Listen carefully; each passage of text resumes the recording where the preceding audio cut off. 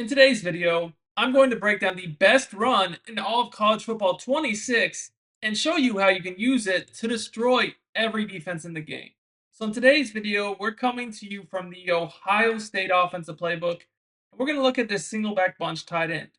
Now, this is technically an RPO at the end of the day, but it is basically going to be a lot of run out of the RPO action.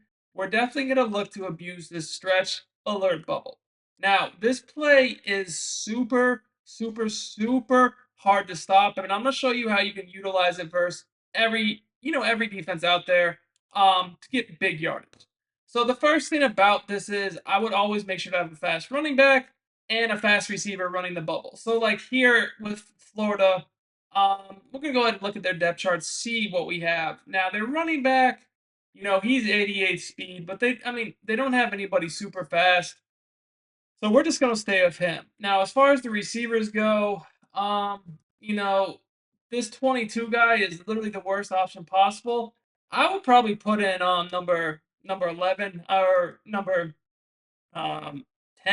Both of them are very fast. So we'll do that in a second here. But first, just looking at the run, you can easily tell if this is man or zone when you come out in this formation. So like here, I know this is man because there's no corner lined up outside of the tight end on the right. Now, knowing that this is man, I'm probably going to look to just keep this and see if I can't get to the outside for a big play. Because when you don't have anybody outside of the tight end, really, all it takes is the tight end to hold that block and you can be gone. So man to man is very difficult to play against this because of just how good that is. So I want to put in number 10 just because he had more speed to show you guys how that can be utilized with this as well. There's actually a little trick to this play that I'm going to show you towards the end of the video. So make sure you stay tuned for that. And if you enjoy my content and want more just like it, make sure you subscribe to the channel and drop me a like on the video. So here we can tell that this is zone because if you should take a look here compared to last time, last time if you look at the replay, you'll see that, like I said, there's no corner outside of that tight end on the right.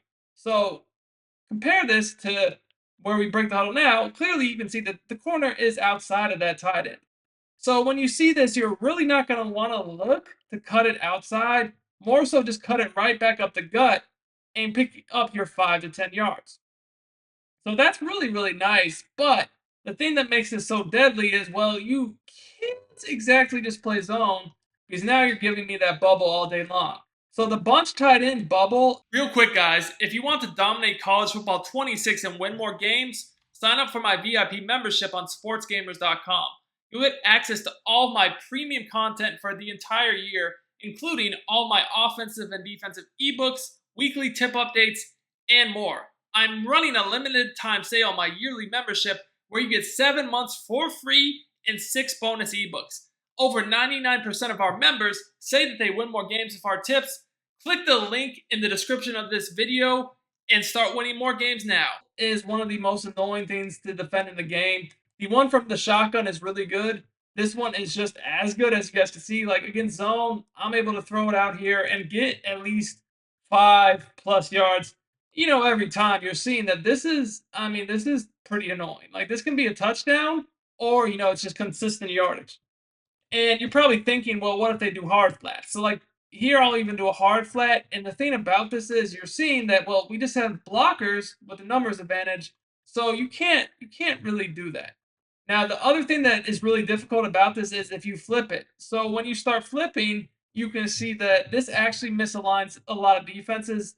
The defense does not really react that well to flipping this year, and it just creates a numbers advantage. So, most people, are going to have to try to man this guy up, right? And if they do that, then again, you're just seeing that there's really not numbers to defend. Like one way or another, we have the numbers, whether it's handing the ball off on the stretch or throwing the bubble. Now, there are some other things you need to be aware of with this. So first of all, what if, like I said, they actually try to do like a cover 2 and shade coverage underneath?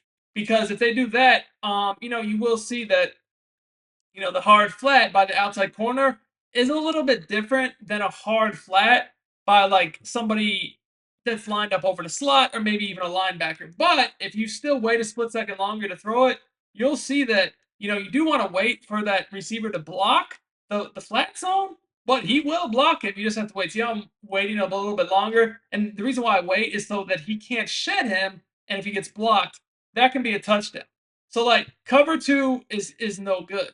Now, another interesting thing about this is if you actually want to hand it off from zone, you can motion this guy across the formation. Now, obviously, this takes away from the bubble blocking, but it gives you another blocker outside. And if I had better run stick, I could have cut outside and probably scored a touchdown because it was almost like it was against man to man because that guy was blocking.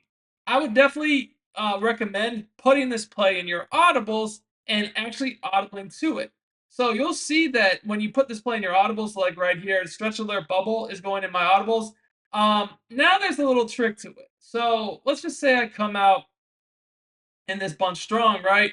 This bunch strong offset, and we're gonna show you guys why you would want to do this. So when we come out in the bunch strong offset, you'll notice that when we audible to this bunch tight end stretch alert bubble, now you can actually hot route the player that's on the bubble to routes. This is the trick because if we just come out in this play, you can't hot route him when you come directly out in it, right? It does not allow you to do that on this specific RPO. You'll see if we just come out in the play, I try to hot route the bubble, I can't do that. You want to audible to it so then you can hot route him because when you hot route him, you can do a lot of cool tricks. And let me show you guys the best way to utilize the hot route. So, like I said, a lot of people might try to play man coverage against this just so that you can't throw the bubble screen. Granted, like yes, it does make the stretch a little bit better. But if I notice, like I audible to it and I see you're in man, I'm gonna put this guy in a flat. The reason why is when they're in man and you put them on a flat, they're not going to be able to. He kind of gets like a speed burst into the flat to catch the ball. Now, again, I need to sub the. I have the slower guy in again, but you can imagine if the faster guy was there, that probably was a touchdown. So you'll see that when he's on the flat, see how he just sprints out, and we can be gone. So that is really cool. Now, the one thing you need to be aware of, you need to know when to use the hot routed flat and when to use the bubble. So if they're in a cover two and have that outside corner in the flat zone, specifically a hard flat, you'll notice that if you try to just do the quick flat instead of the actual bubble, it doesn't really work as well because like that guy can get in the way. So we don't like that. So if you do see that they're in some sort of cover two or basically some sort of zone and noticing that they like to have that outside corner in the flat zone, it's much better just to keep him on the actual bubble because when you keep him on the actual bubble, as you guys can see here, you can still throw. Now, did he get? Again, he didn't really get blocked, and that's because I threw it too soon. The whole thing with this is you got to throw it against cover two a little bit later to make sure he gets blocked. And I kind of just messed up there because it looked like he was getting sucked to the inside, so I didn't think I needed to. But yeah, see, just make sure he gets blocked, and then you can turn upfield. And even this slow guy was able to score a touchdown. Now, guys, just so you know, this formation is actually kind of cracked out of Ohio State's playbook. The single back bunch tight end not only has this RPO, but it actually has good pass plays. Verticals and spacing are really, really good. Cross drag is solid, and there's a play action boot. PA boots are really annoying this year with a mobile quarterback. You do just have a regular inside zone handoff. This formation is really good, guys. If you would like to see a mini scheme out of this formation, let me know in the comments. If we get a lot of requests for a mini scheme, that could be something we might consider doing. Until next time, it's your boy Duke, and I'm out of here.